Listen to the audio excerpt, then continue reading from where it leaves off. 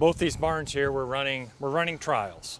We're using Profit Pro in the east half, and we're using another product in the other. And what we're doing is we're seeing which product works best.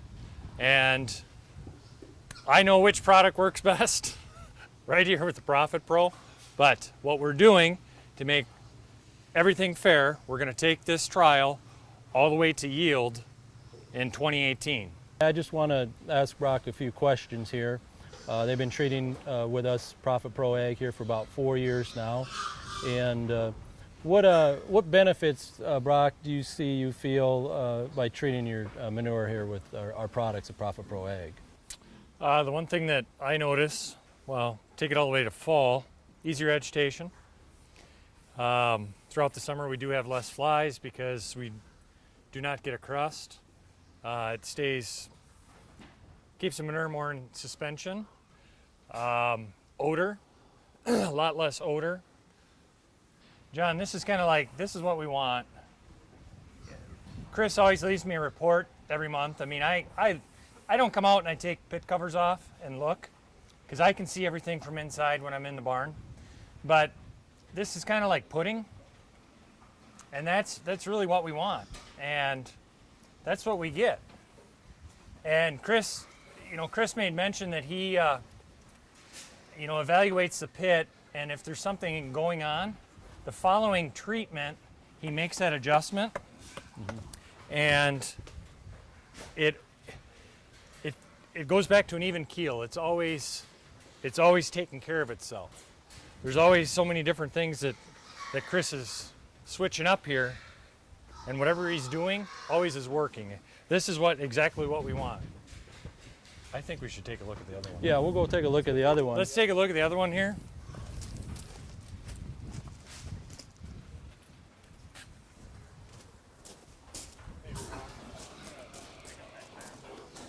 Oh, okay. Okay. This is our pit that we're running the trial. This is the west side of this 2,000 head barn. The east, remember, has got the Profit Pro in it. This has got the competitor. John had some really good pictures of how that product looked over there, kind of like the pudding as we were explaining. As you can see here, you got that 2 to 3 inch crust. Yeah, this is that 2 to 3 inch crust. It's like a carpet. Yeah, it's a carpet, and in that carpet, as you can see, are the fly producers. And it's really a mess. This pit is going to be very hard to agitate and very hard to get totally cleaned out. As you can see, one thing you may want to mention too is the level of the manure. Chris mentioned on the other pit about the level of that and how the Profit Pro product breaks down and digests the solids. You could see from the other one, we're at about 6.5 feet here, almost 7 feet of manure. It's not as liquidy. There's solids. It's probably going to be very hard to pump out. A lot more. Here's another issue that we also have, feeding, I don't know, should I get into this? DDGs? The DDGs, sure. Here's another issue, feeding DDGs. The integrator we grow for, and then other integrators, they're all at that 30 to 40% in the finishing stage. Bypass protein, as we all know, it creates, when you have to agitate a pit to try and break up solids in the bottom, you end up with pockets and pockets of ammonia, and you end up losing pigs.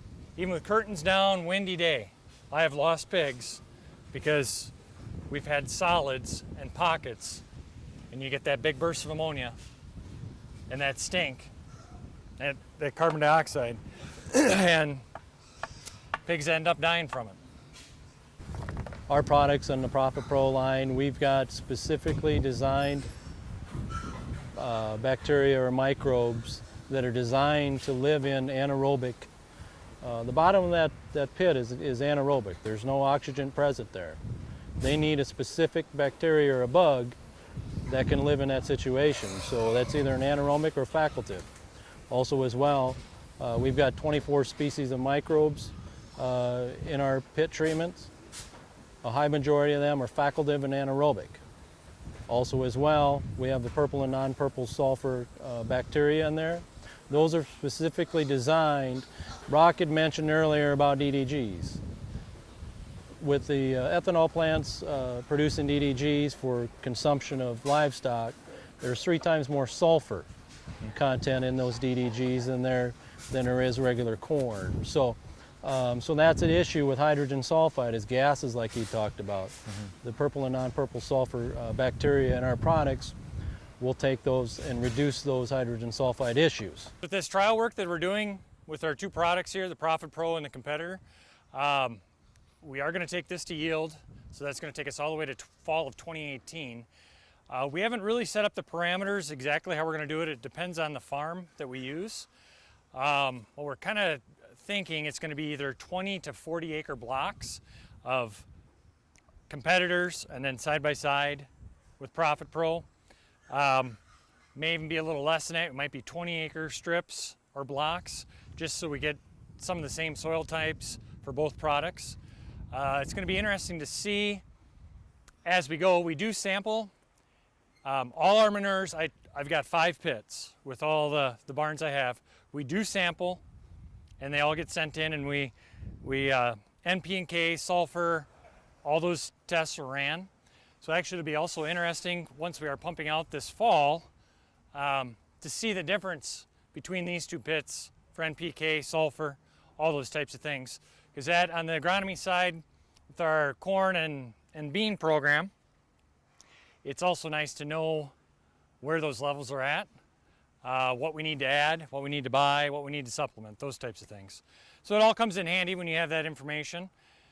But we should have that information by November of 18 for yield. Thank you.